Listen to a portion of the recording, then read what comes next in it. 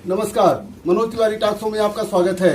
आज मेरे साथ प्रतापगढ़ से 2019 में लोकसभा चुनाव लड़ चुके अशोक त्रिपाठी जी हैं। बसपा नेता हैं आप, और आपसे आज हम वर्तमान राजनीति पे बातचीत करेंगे। त्रिपाठी जी, आपका हमारे टॉक शो में बहुत बहुत स्वागत है। सबसे पहले तो हम ये जानना चाहते हैं कि 2022 में जो लोक विधानसभा का चुनाव होने वाला है, इसमें बहुजन समाज पार्टी की क्या भूमिका रहेगी? आने वाले 2022 में बहुजन समाज पार्टी की बहुत अहम भूमिका होने जा रही है। पार्टी के कार्यकर्ता हाईकमान के आदेश पे जमीनी स्तर पर अपनी तैयारी शुरू कर चुके हैं। तो ये आप मान के चलिए कि बहुत ही अच्छी त्रिकोणीय लड़ाई होगी इस बार, मुझे लग रहा है, और बहुजन समाज पार्टी काफी आगे जाएगी। सर, आप एक चीज बताइए, 2017 का अनुभव विधानसभा का, जिसमें ये उम्मीद थी कि बसपा की सरकार बनेगी, वो नहीं बन पाई। 2019 में सपा से गठबंधन करने के बाद भी वो सफलता नहीं मिली। तो किस विश्वास पे अशोक त्रिपाठी कह रहे हैं कि भारतीय बहुजन समाज पार्टी जो है 2022 में अच्छा करेगी? उम्मीद क्या? हाँ, बहुत सही सवाल किया आपने मनोज जी। 2007 से 2012 के बीच में बहुजन समाज पार्टी ने सरकार चलाया था। 2012 में जैसा कि मनुष्य की प्रवृत्ति होती है कि हमेशा वो परिवर्तन चाहता है, बदलाव चाहता है और अच्छी चीजों की उम्मीद रखता है। उसी उम्मीद के चक्कर में 2012 में बसपा की सरकार चली गई और सपा की सरकार आ गई थी। 2012 से लेकर 2017 तक सपा की सरकार चली, आप देखिए। और जो उम्मीदें थी, जिस उम्मीद पे बसपा की सरकार को हटाया था लोगों ने, शायद उस पे सपा की सरकार खरी नहीं उतर पाई, जिसके वजह से सपा की सरकार चली गई। लोगों की उम्मीदें बढ़ती गई। उनको लगा शायद अब सपा और बसपा दोनों से बेहतर इस बार भाजपा को मौका दे दिया जाए। और भाजपा की सरकार आते ही अब देख लीजिए इस समय प्रदेश में क्या हालात हैं। अपराध, खास करके विशेष करके जिस जिले से मैं हूं, प्रतापगढ़ से, इसको अपराधगढ़ कहने लगे हैं। उस पर है मेरा सवाल आगे। उम्मीद क्या है? बिल्कुल वही, जैसा आपने क्रम बता दिया कि ठीक है साहब, वो 2007 में बसपा थी, 2012 में जो है सपा आ गई, अब 2017 में जो है वो भाजपा आ गई, 2022 में कांग्रेस आ जाएगी, फिर उसके बाद फिर बसपा आएगी। हम कांग्रेस का तो इस समय कोई जनाधार नहीं है। हाँ, थोड़ा बहुत उसमें बढ़ोतरी हुई है, लेकिन ये आप मान के चलिए कि एक बहुत बड़ी ताकत के रूप में बसपा उभरती जा रही है। 2022 का जो चुनाव होगा, मेरा मानना है त्रिकोणीय चुनाव चलेगा। और त्रिकोणीय चुनाव जब होता है तो उसमें अक्सर बसपा ने बढ़िया प्रदर्शन किया है। 2022 में अशोक त्रिपाठी किस पार्टी से चुनाव लड़ेंगे? देखिए, अभी मैं बहुजन समाज पार्टी का सिपाही हूँ, तो आप मान के चलिए कि मैं बिल्कुल समर्पित हूँ अपनी पार्टी के प्रति। अशोक त्रिपाठी विधानसभा सदर बदलना चाह रहे हैं या उसी विधानसभा से? ये पार्टी का नेतृत्व डिसाइड करेगा। आपकी अपनी पर्सनल राय क्या? अगर हमसे पूछा जाएगा तो मैं लोकसभा चुनाव लड़ चुका हूँ, 5 विधानसभाओं में प्रत्याशी रह चुका हूँ लोकसभा के माध्यम से। जहाँ से हाईकमान आदेश करेगा वहां से चुनाव लड़ेंगे। हाँ, आपने अच्छा बताया कि आप 5 विधानसभा मतलब लोकसभा लड़े हैं, तो 5 विधानसभा आपके क्षेत्र में आती थी। आपके ही संसदीय क्षेत्र में पट्टी और विश्वनाथगंज में कुछ ऐसी घटनाएं घटी, उसके लिए अशोक त्रिपाठी किसको जिम्मेदार मानते हैं? व्यक्तिगत तो आप बता सकते हैं, बहुजन समाज पार्टी ने तो कुछ उस पर बोला ही नहीं है। बिल्कुल बिल्कुल ऐसा है। कोई भी लड़ाई झगड़ा जब 2 व्यक्तियों में, 2 परिवार में, 2 पड़ोसियों में होता है तो व्यक्तिगत होता है। राजनीतिक व्यक्ति लोग उस लड़ाई को, झगड़े को, झंझट को राजनीतिकरण कर देते हैं, और जिसकी वजह से कभी कभी समाज में एक बड़ा मुद्दा बन जाता है। वो मैं बिल्कुल इसके पक्ष में नहीं हूँ।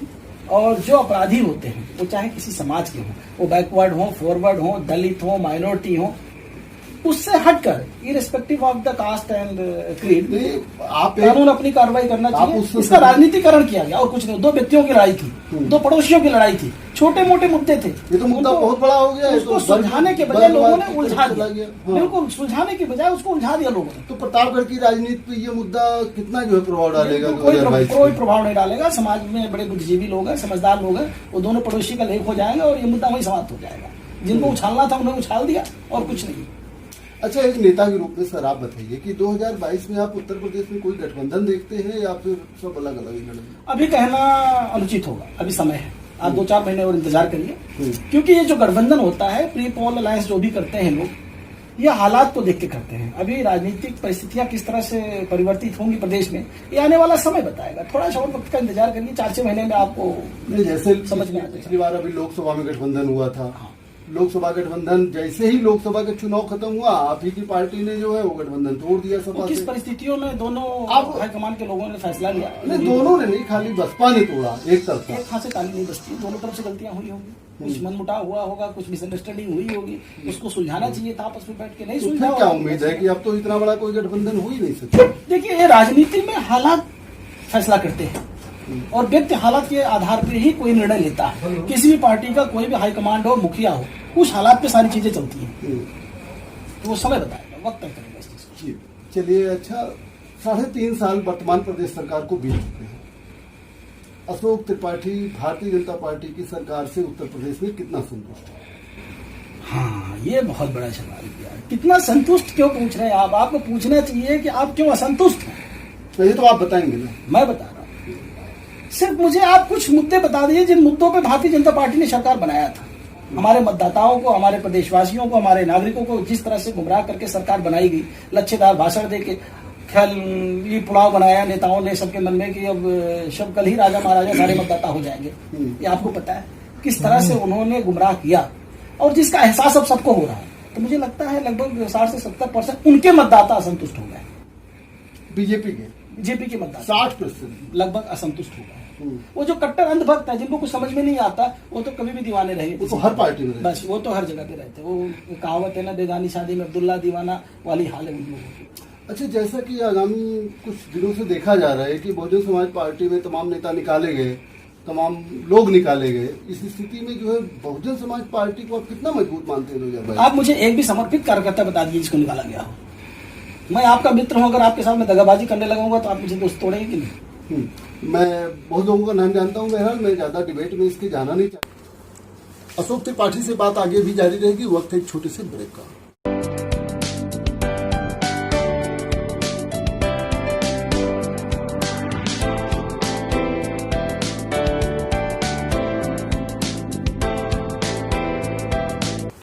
ब्रेक के बाद आपका स्वागत है। त्रिपाठी जी, आप एक चीज बताइए कि आप एक व्यापारी भी हैं। ये जो कोरोना संकट आया भारत में, इससे व्यापार किस तरीके से प्रभावित हुआ, इसको आप जरूर बताइए। इसका तो इम्पैक्ट बिल्कुल सीधे व्यापार पर पड़ा है। खास करके आपकी जो हॉस्पिटैलिटी इंडस्ट्री है, टूरिज्म इंडस्ट्री है, होटल इंडस्ट्री है, आपके स्कूल्स हैं, सारे के सारे ठप पड़े हुए इससे।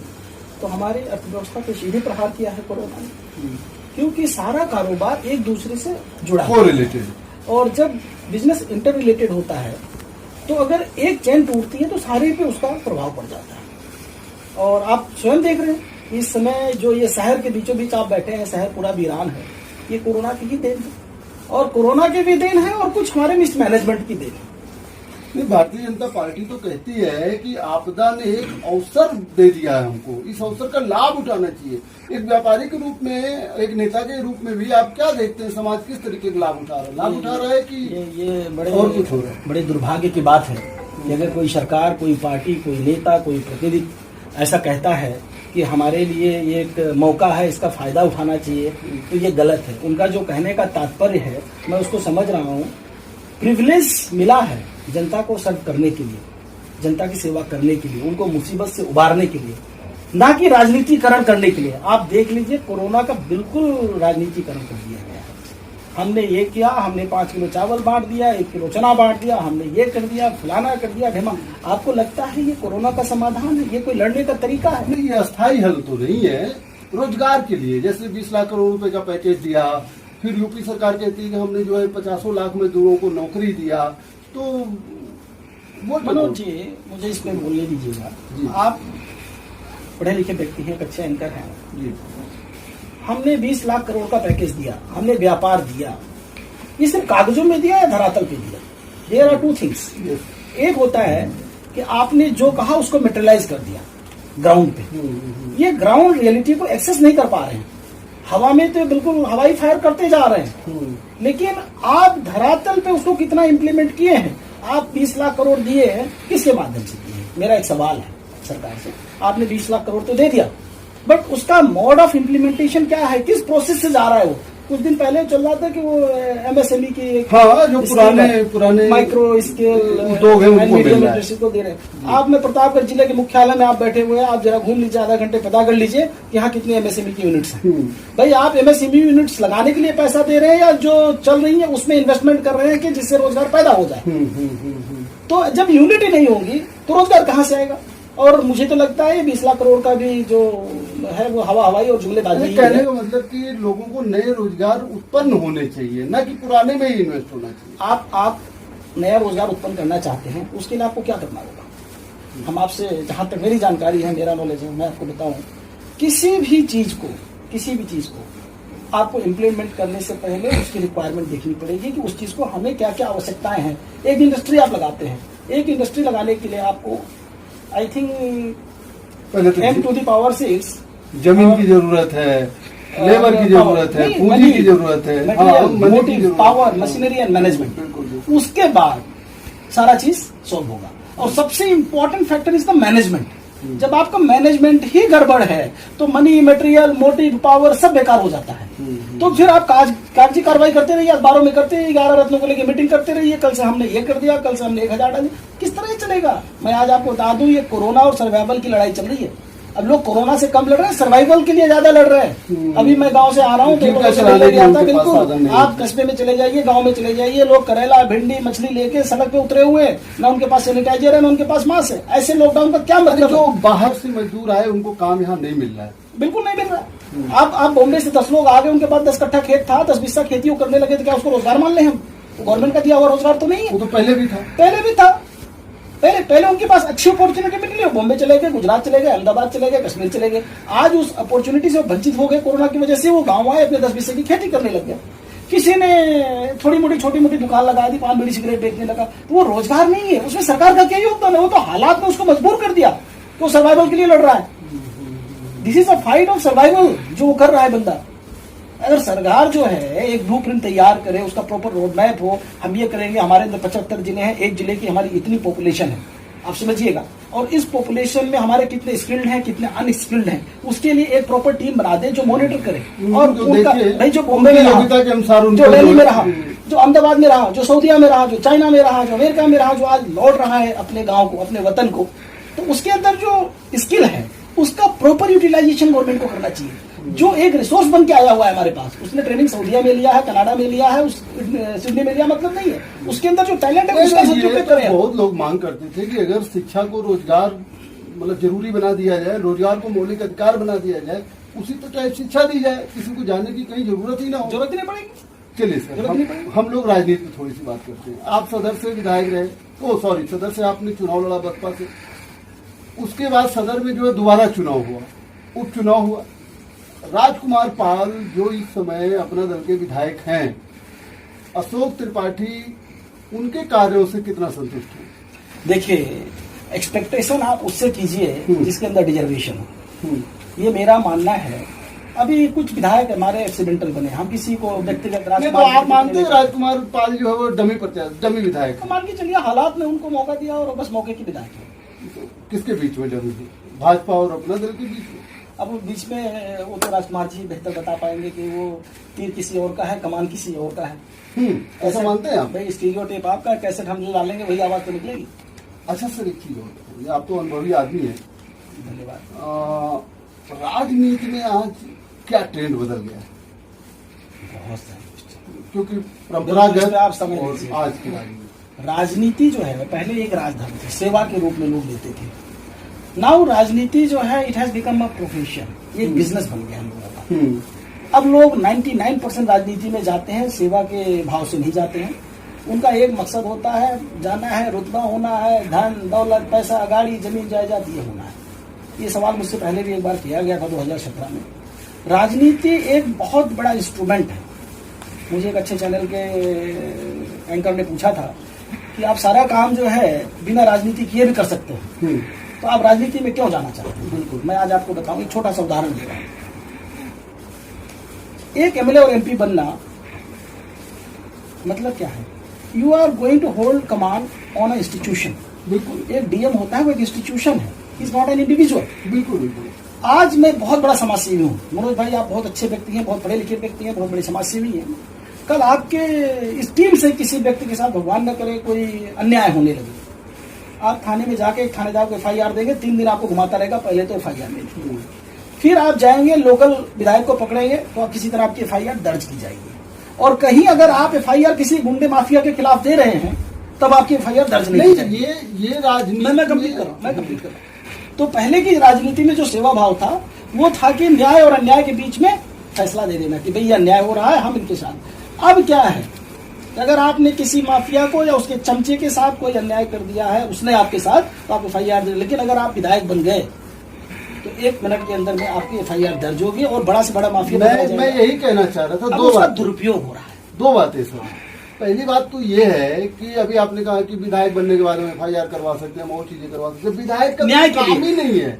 नहीं, विधायक का काम है ऐसा कानून बनाना, ऐसे कानून में सहभागिता करना जो पूरे प्रदेश को प्रभावित करे।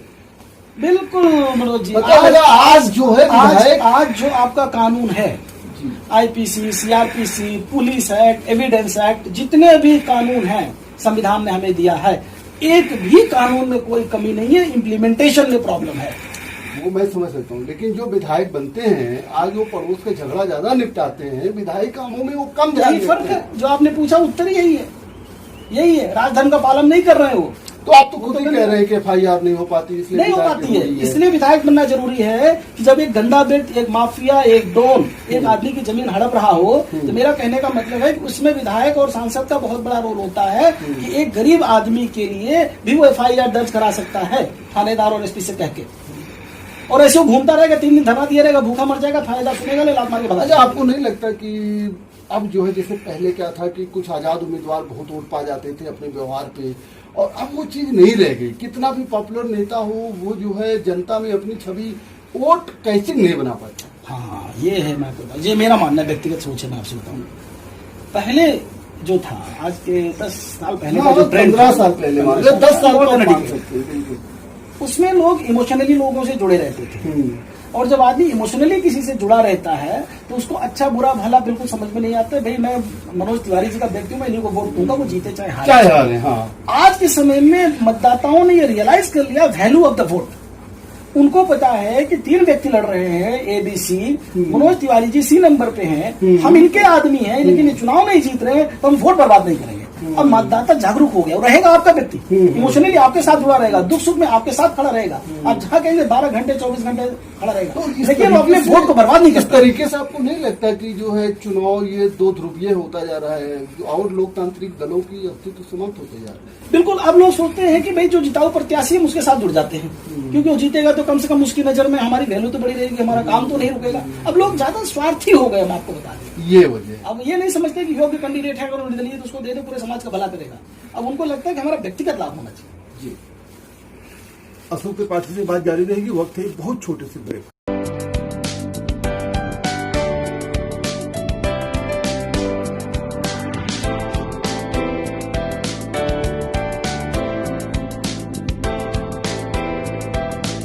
ब्रेक के बाद आपका स्वागत है। त्रिपाठी जी, एक चीज बताइए, कहा जाता है कि बहुजन समाज पार्टी में कार्यकर्ताओं का जो है कोई सम्मान नहीं, नेता बनाती है आपकी पार्टी, और जिनके पास पैसा रहता है और जब तक वो रेगुलर पैसा पर जो यूज करते हैं तब तक वो नेता रहते हैं, जब उनके पास पैसा खत्म तो नेता भी नहीं रहते। आई कहाँ तक सही? अपनी अपनी सोच है। आज राजनीति में पैसे की बहुत बड़ी भूमिका है, हर पार्टी में, कोई भी पार्टी हो, और सब पार्टी को चलने के लिए पैसे की आवश्यकता है। सबके अपने अपने तरीके हैं, पैसे की आवश्यकता सब नहीं। और दलों में तो ये भी देखा जाता है कि लोग नीचे दरी बिछाते कहते हैं, मैं दरी बिछाते बिछाते आगे पहुंच गया, ऊंचे तक पहुंच गया, MLA बन गया, MP बन गया, राष्ट्रपति तक पहुंच गया। लेकिन आपके यहाँ तो एक पदाधिकारी बनने के लिए भी सुनने में आता है कि बस उसको डोनेट करना है। आप कहाँ कर लीजिएगा, बहुजन समाज पार्टी की 2007 से 12 तक सरकार थी। मेरा अंदाजा है कम से कम 50 से 60% लोग ऐसे थे जो दरी बिछाने वाले थे और पावर में थे। आप आंकड़ा निकाल के देख लीजिएगा, कोई चेयरमैन था, कोई राज्य मंत्री था, कोई कैबिनेट मंत्री था। माननीय बहन जी ने जमीन से लोगों को उठा के बनाया था, और आप इलाहाबाद के रहने वाले इलाहाबाद जोन में ही देख लीजिए, कोई करोड़पति आदमी नहीं था बहन जी के पास में जिसको उन्होंने मंत्री बनाया था। उन्होंने जमीन से उठा के मंत्री बनाया था लोगों को। इलाहाबाद जोन में कई सारे हैं, कुछ आज उसमें है, कुछ नहीं है। बहरहाल जो हम लोगों ने पिछले चुनाव देखे, आप अगला CM किसको देख रहे हैं? स्वाभाविक है, माननीय बहन जी को देख रहे हैं। प्रतापगढ़ की जनता, सदर को खास तौर से अशोक त्रिपाठी क्या समझते हैं? मैं जनता को बिल्कुल इस समय हमारा एक ही निवेदन है कि अपने मतदान को बहुत सोच समझ के करेंगे। बहुत कीमती वोट होता है, एक बार आप चुप जाते हैं तो 5 साल तक आप पछताने के सिवा कुछ नहीं कर पाते, क्योंकि यही एक पावर है। वोट देने के पहले आपके पास रहता है और जैसे ही आप वोट देते हैं वो विक्टोरियस कैंडिडेट के पास ट्रांसफर हो जाता है आपका पावर। और वोट से बड़ी कीमती चीज इंसान के जीवन में कुछ नहीं है हिंदुस्तान में, लेकिन इसकी कदर लोग नहीं करते। कुछ लोग कतरी गुदरी और 2-4 कंबल और शराब में बिक जाते हैं, जो बाद में वो गली मोहल्ले में घूमते और भांग खा के घूमते रहते हैं। मैं सबसे यही करूंगा, और खास करके युवा साथियों से, पढ़े लिखे लोगों से, एजुकेटेड कम्युनिटी से निवेदन करूंगा कि लोगों को जागरूक करें कि वोट बहुत कीमती है और एफिशिएंट आदमी जो भी हो, किसी पार्टी का, मैं ये बात कह रहा हूँ, मैं ये नहीं कह रहा हूँ कि बहुजन समाज पार्टी, सपा या कांग्रेस, किसी पार्टी का योग्य व्यक्ति भेजिए, क्योंकि वो लाखों आदमी की आवाज बनकर विधानसभा और लोकसभा में जाता है। एक बात और कहा जाता है आपके बारे में, मैं इंटरप्ट कर रहा हूँ आपको, कि अशोक त्रिपाठी भले आदमी है लेकिन गलत पार्टी में है। कभी आपने अपने समर्थकों की इस आवाज के बारे में नहीं सोचा कि यार ऐसा क्यों लोग कहते हैं? अब जो लोग कहते हैं, एक बार मैं उनसे जानना चाहूंगा कि मैं किस तरह से गलत पार्टी में हूँ। भाई, बहुजन समाज पार्टी एक राष्ट्रीय पार्टी है। देश में 3 ही राष्ट्रीय पार्टियां हैं, कांग्रेस है, बीजेपी है, बहुजन समाज पार्टी है, और मैं एक राष्ट्रीय पार्टी का अगर सदस्य हूँ। 6 पार्टियां हैं, टीएमसी, कम्युनिस्ट, अब हो गई, एनसीपी, अब हो गई, पहले 3 ही थी, अब हो गई है क्राइटेरिया बदलने के बाद में। जब 3 राष्ट्रीय पार्टियां हुआ करती तब मैं बहुजन समाज पार्टी का सिपाही बना। और किस लिहाजे से, किस सोच से, किस डायरेक्शन से वो कहना चाहते हैं, किस एंगल से, हमें इस पे विचार करना होगा। एक बार हमको सोचना पड़ेगा, समझना पड़ेगा कि उनका वक्तव्य सही है या मेरा फैसला सही है। त्रिपाठी जी, आप हमारे टॉक शो में भाग लिए, इसके लिए आपको बहुत बहुत धन्यवाद। धन्यवाद मनोज जी आपको। जैसा कि आपने देखा, प्रतापगढ़ सदर से बहुजन समाज पार्टी के नेता, विधानसभा लड़ चुके, लोकसभा लड़ चुके अशोक त्रिपाठी जी थे। अशोक त्रिपाठी जी ने कहा कि 2022 में बहुजन समाज पार्टी का कोई विकल्प नहीं है और प्रदेश में सत्ता परिवर्तन होकर रहेगा। आपदा को इन्होंने कहा कि जिस तरीके से सरकार हैंडल कर रही है वो बेहद गलत तरीका है। किसी ने मजबूरी बस अगर कोई बिजनेस कर लिया तो उसको रोजगार नहीं कहा जा सकता है। भाजपा के विधायक को डमी प्रत्याशी बताते हुए सदर के आपने सवाल किया कि उनसे खुद जानना बेहतर होगा। आगे भी हम आपको ऐसे ही प्रतिनिधियों से मुलाकात करवाते रहेंगे।